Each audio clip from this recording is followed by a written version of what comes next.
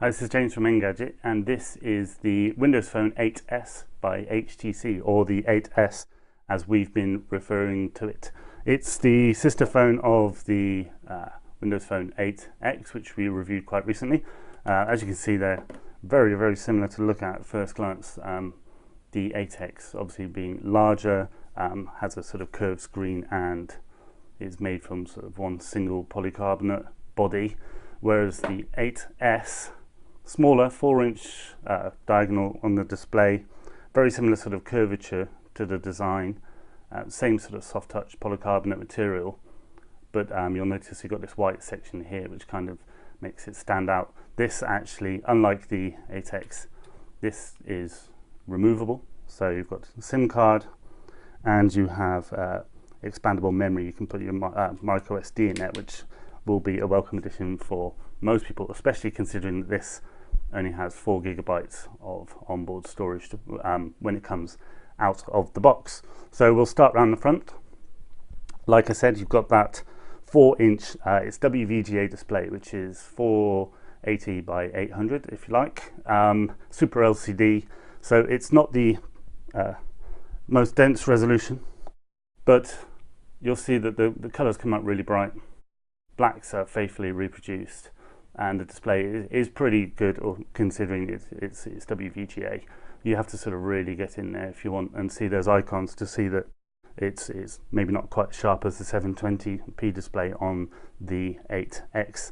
So yep, that's the display. Down here you've got the standard Windows capacitive buttons.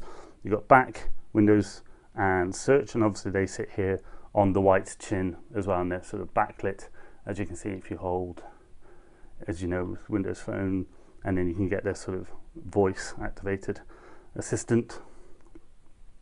So that's the lower end of the front. If we take a look around the sides here, we've got headphone jack and power and standby button, and here you've got a volume rocker, dedicated camera button, so you can take proper shots with the button there. You've got your micro SD, oh, sorry, not micro SD, micro USB port for charging, and this side there's nothing.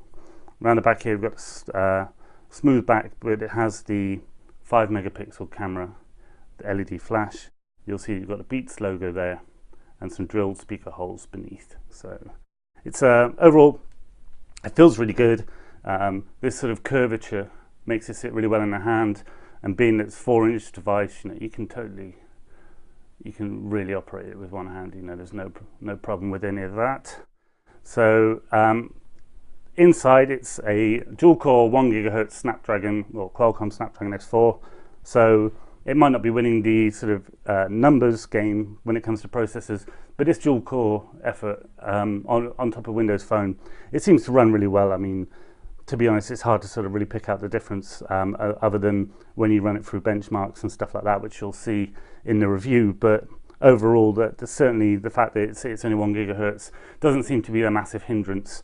That's 512 megabytes of RAM as well, if you wanted to know the full specification sheet. So that is the basic hardware tour. We will obviously go over the rest of the phone in much more detail in the review. So yes, I'm James from Engadget.